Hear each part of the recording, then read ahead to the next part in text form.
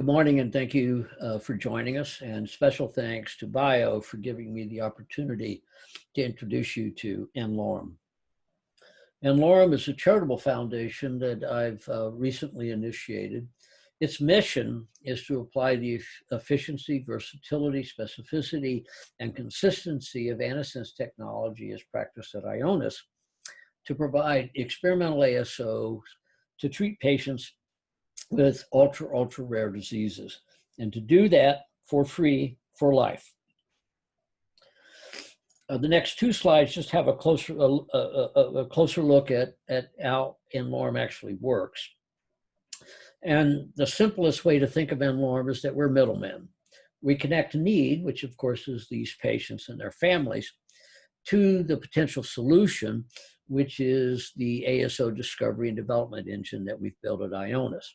Specifically, n-Lorem provides a site to which patients and their physicians can apply for access to treatment and assessment of whether the patient is appropriate to treat with ASOs, and then the funding to support Ionis and others in the creation and development of the experimental ASO, support and help in preparing an investigator IND, and then a commitment to evaluate the performance of each ASO and the performance of n-Lorem annually and publish those results.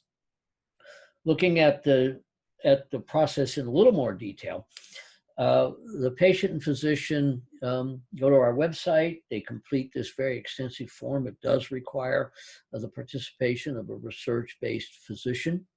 The access to treatment request is blinded to assure patient confidentiality. And then the potential value of an ASO treatment is assessed by Frank Bennett, Chief Technical Officer, and eventually our access to treatment committee and others. If we believe that there is a sufficient probability that antisense drugs could help, then we proceed with treatment. The access to treatment committee plays an extremely important role because it helps us make these very difficult judgments about what patients are appropriate to treat and who is not. And so it is populated with all the various expertises that we think we need to assure that we are making the best judgments possible. One thing that we learned very quickly is that these patients are typically in urgent need. And so we now know that ATCC meetings will be ad hoc. And in response to that, we've expanded the committee so that we can be sure that even if we can't get all members of the committee at each meeting, that we have appropriate representation of expertise. The next few minutes, I'm going to spend just walking you through the journey I took from thinking about n-Lorem to actually making it a reality. I do that because I think it will answer most of your questions.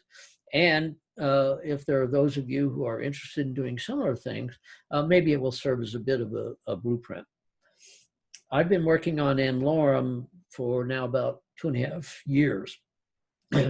And the work began when I realized it was technologically feasible. And with that decision, of course, then the question changed into a moral question. If it's possible, how can I not do it? The 4 things that you need to make n-Lorem happen, in my view, were first, technological feasibility. Next step for me was to determine whether we should use a traditional commercial model or move to a more experimental charitable solution. Third, you need access to the front end, the patients, the genomics, the research investigator, and institutions that are committed and capable of managing investigator-initiated INDs. And then the final component, of course, is a regulatory environment that's supportive. So first, the technologic feasibility. Obviously, the intrinsic efficiency of antisense was well known to me, having lived with it for 30 years, but that itself is not sufficient. Another critical component is the versatility of modern antisense technology. We now know how to design ASOs to take advantage of multiple post-RNA binding mechanisms. We know these drugs can be administered by essentially all routes of administration. And we have a detailed understanding of their behavior, performance in various organs. So we know what the dose is, we know what the dose frequency is. We can even tell you the number of molecules per cell in that organ we need to achieve pharmacological activity. The automation at Ionis is critical because it is remarkably efficient at the identification of the optimal ASO. Moreover, you need consistency. And of course, we are developing several chemical classes of ASOs, but within a chemical class, all these drugs behave very similarly because they differ only in their sequence. And so within a very narrow range, we know the level of potency in a given organ. We know how frequently we have to dose. And many years ago, we began the construction of databases that integrate all adverse events from the non-human primate through all controlled clinical trials for all the chemical classes that we're developing. And we've published those, and they're available to the FDA. And so we think that that package of information is really critical. And in addition, the potency of modern ASOs is really quite important, as well as the low cost of goods, which is a product of the low dose and cost of synthesis improvements. To give you a sense of that, these are the organs that we're focused on right now. They're the organs that we know the most about, and they're the organs that work the best at low doses, low ASO doses. And so on the left are the organs, in the center there are the routes of administration that we use, and over on the right is the total annual dose for each of these. And the organs we're focused on are the central nervous system, the liver, the lung, the kidney, and the eye. And that includes systemic administration, but also includes intrathecal administration for the central nervous system, aerosol for lung, and intravitreal for eye. Now, on the right, you can see how remarkably low the annual doses are. And given these doses, obviously, in a GMP facility, it's not possible to make that small amount of drug.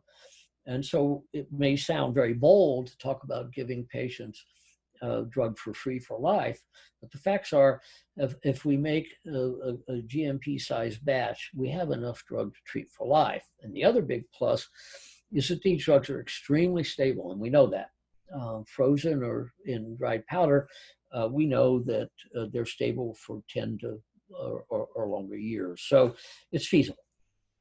So technologically, I think we have what we need.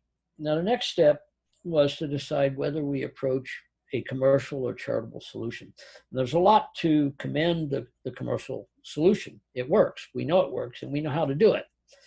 But in the end, I came to the conclusion that we should pursue a charitable solution. The first step for me was to assure that we were doing all that we could with the commercial solution. And so if you look at the pipeline that Ionis has, you'll see that we are pursuing diseases here that range from 1,000 patients to many millions of patients, which is a pretty good range, but it leaves a good number of patients not being approached. And so I added a new class of agents at Ionis called quasi-pro bono, because I couldn't think of a better term.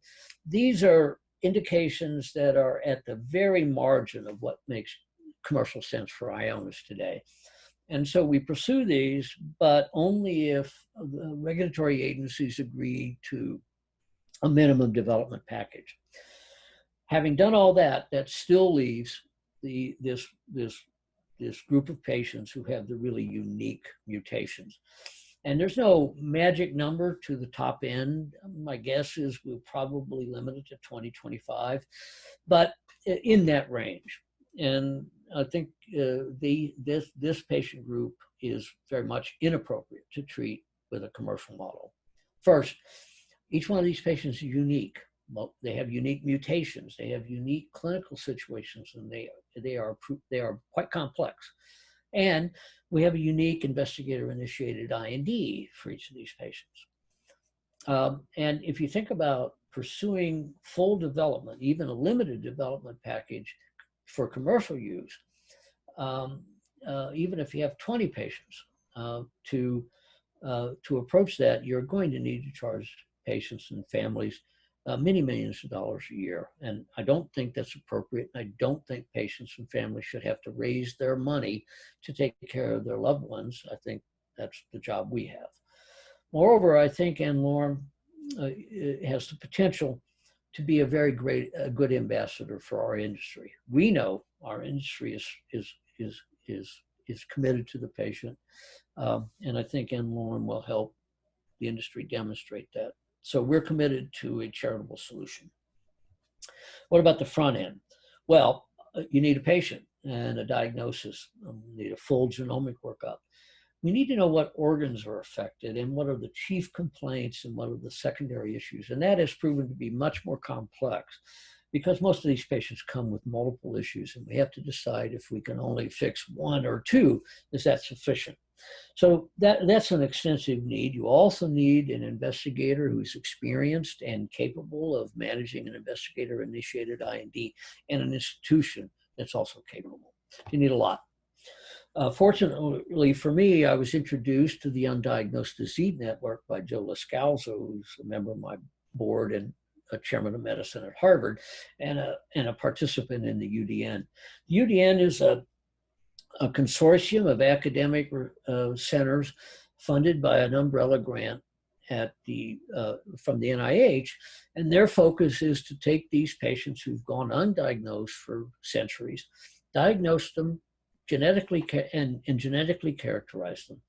Obviously, doing that then leaves the big issue is how do we help? So the UDN provides the opportunity for the front end in a very real way, and we are working closely with the UDN, but we're also working with many other institutions that are doing the same thing, but not a part of the UDN, which then takes us to regulatory. I spent essentially all of 2019 just determining the regulatory process and whether it was manageable. And so the first step for me was to get in touch with the senior leadership of the drug division at the FDA, because we are supervised by the drug division. I was pleased with the immediate and very positive response from the FDA. It was clear they were quite supportive of this. And we posed a number of questions and potential solutions, to which we knew we would not get immediate answers, because they really do require policy decisions that would take some time. But nevertheless, during 2019, we had the opportunity to help patients with actually 5 different patients and different investigators obtain experimental ASOs. And of course, we worked with the FDA. So we had enough experience to tell us that while we really look forward to formal guidance, that it was feasible from a regulatory point of view, at least in the US. The patients that we experienced were, of course, these 2 Battens patients that are known and been published in the New England Journal by Tim Yu at Harvard. And then 3 patients with unique FUS mutations that cause ALS that's extremely aggressive. And so that experience really helped us be confident that we can manage. We've continued to have very effective and supportive interactions with the FDA. And the FDA is moving much more rapidly toward developing guidance than I had expected. And we look forward to the FDA publishing guidance sometime later this year, we hope. They've already gone through the public comment phase. We submitted an extensive proposal to the FDA. We don't expect to get everything, but we are optimistic that the guidance will be very supportive. So armed with that, then we decided to move forward with n-Lorem. The founding donors were Ionis, and I thank my board and Ionis for their support. Biogen, I thank Michelle Van Strass and our wonderful colleagues at Biogen for their support, and then my wife and I contributed. We launched on January 8th, and I think the the launch was positive. We received very positive coverage in the trade and the scientific press, though I'm disappointed that there was no coverage in the mass media markets, and that's something we have to work on. Before the COVID-19 situation, we were already averaging more than a patient a week, which is remarkable given the amount of information that's needed. And we have over 15 requests to treat now. We're proceeding toward treating 6 of those first 15. I do not expect that percentage to be retained at 40% because antisense isn't capable of fixing a lot of these problems. So I'm thinking somewhere between 15 and 20% will be those that we treat. Post the beginning of recovery of from COVID-19, we're receiving quite a number of applications. And so overall, we're very pleased with the response, and it's well ahead of what we expected. However, I do have to say that almost all the requests to treat have come from the neurological community. That makes some sense. Antisense is well known by the neurological community. But there are many other types of diseases that we think we could help. And so we have work to do there. Next step for me was to see if we could reduce the costs even further. These are the major cost centers. And preclinical toxicology is the primary cost for us. In addition, manufacturing is not particularly worrisome, but stability testing, of course, mounts up. And then finally, very frequently now, we know that we're going to require added genomic sequencing. And so I spoke with a number of our contract research organizations and other potential supporters, and I'm thrilled with their response. All of them have responded very positively. And they've either made contributions of various kinds, or they've given us substantial reductions in the cost of toxicology studies. From the genomic side of things, Illumina and Covance have both committed to provide rapid sequencing and at no cost. And then Charles Rivers is heavily involved and has been involved and is providing support that runs much broader than that. So we've made a lot of progress here. I think we've cut the cost by at least 30%, and that means we treat another patient or 2 a year. I had not planned to fundraise until next year because I wanted to make sure n-Lorem was working before I did that.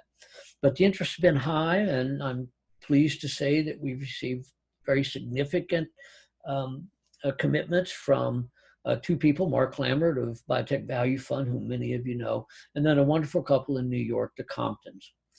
We're now in the middle of forming an advisory council, which is an ambassadorial and fundraising group. I hope to have that in place so that we can actually begin formal fundraising next year.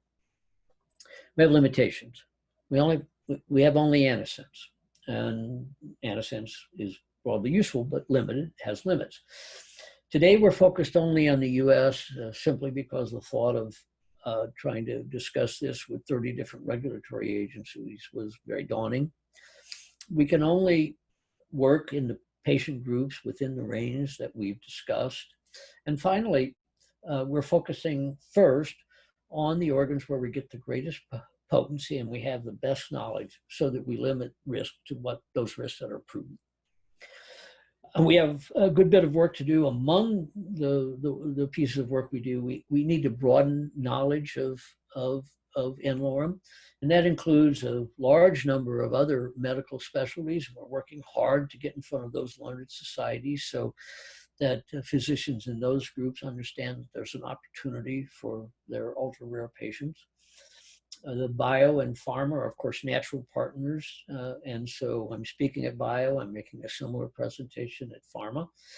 We are well known to a number of patient advocacy groups, but we continue to need more there. And of course, we hope that other platforms will become involved. I've had preliminary discussions with gene therapy companies, and the door's open if if companies with other platforms want to join us, that's fine.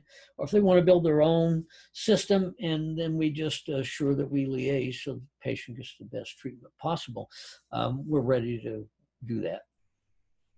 We have quite a number of other steps. The natural partners for us are pharma and biotechnology companies. We're just beginning the process of talking to them.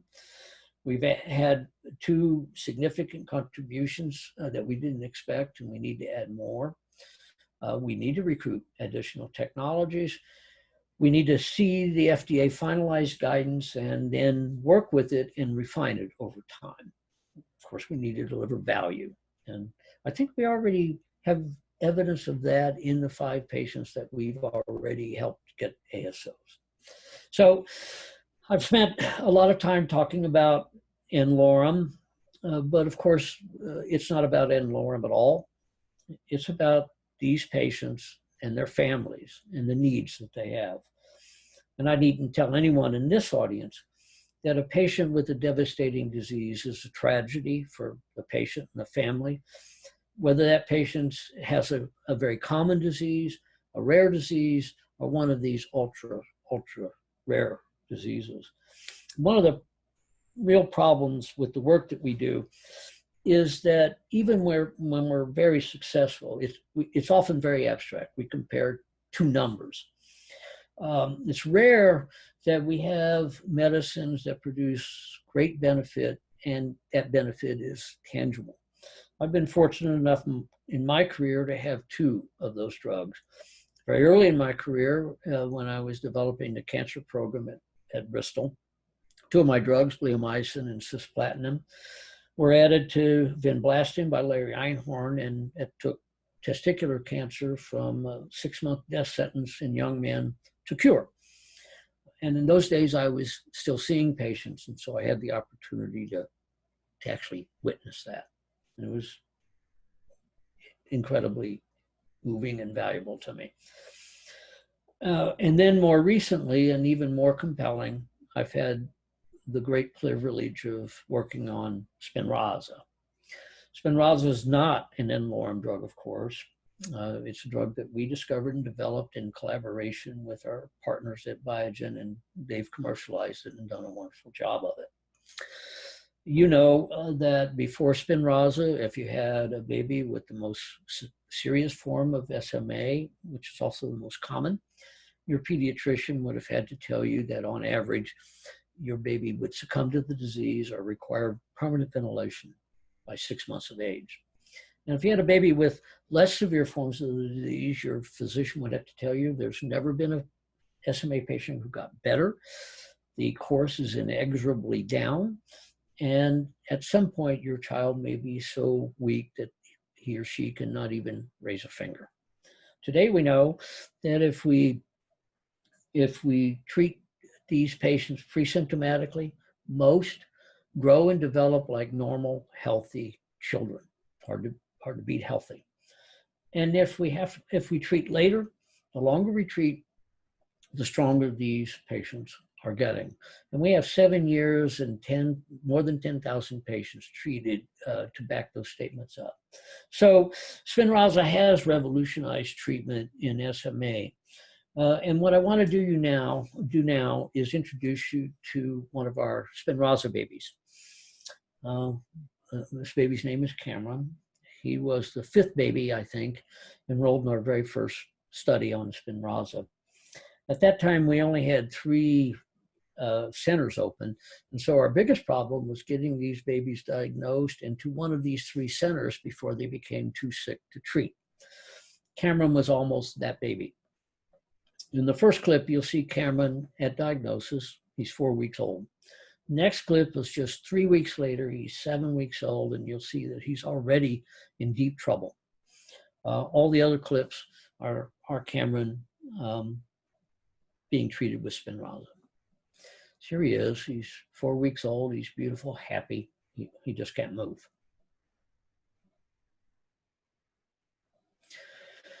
Here his intercostals are paralyzed now. He's using his diaphragm to breathe.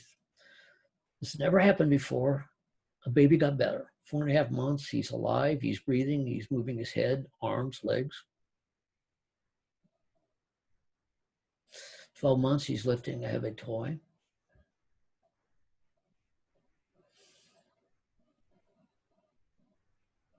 16 months, he's beginning to put weight on his legs, and he can lift his head, which you'll see in a minute. And of course, that takes a lot of strength for these little guys. There he goes. 20 months, he's standing and, of course, taking a selfie. 26 months, he's alive, breathing on his own outside, riding a pony. 36 months, he's riding his tricycle up a small incline. Today, Cameron is about to turn 7. He's walking with aid, and I'm optimistic there will come a day when Cameron walks without aid.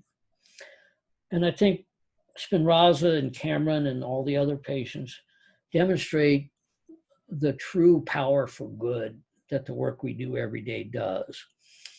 And I don't have grand ambitions for n-Lorem. I know that if one could measure the total miseries in the world, what we're doing at n-Lorem would not be measurable. But I also know that we're all ends of one, and that if I can help one child, one patient, I help that family, and that surely changes the world as well.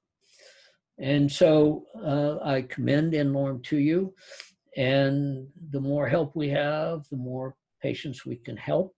And so I hope that you'll consider joining us.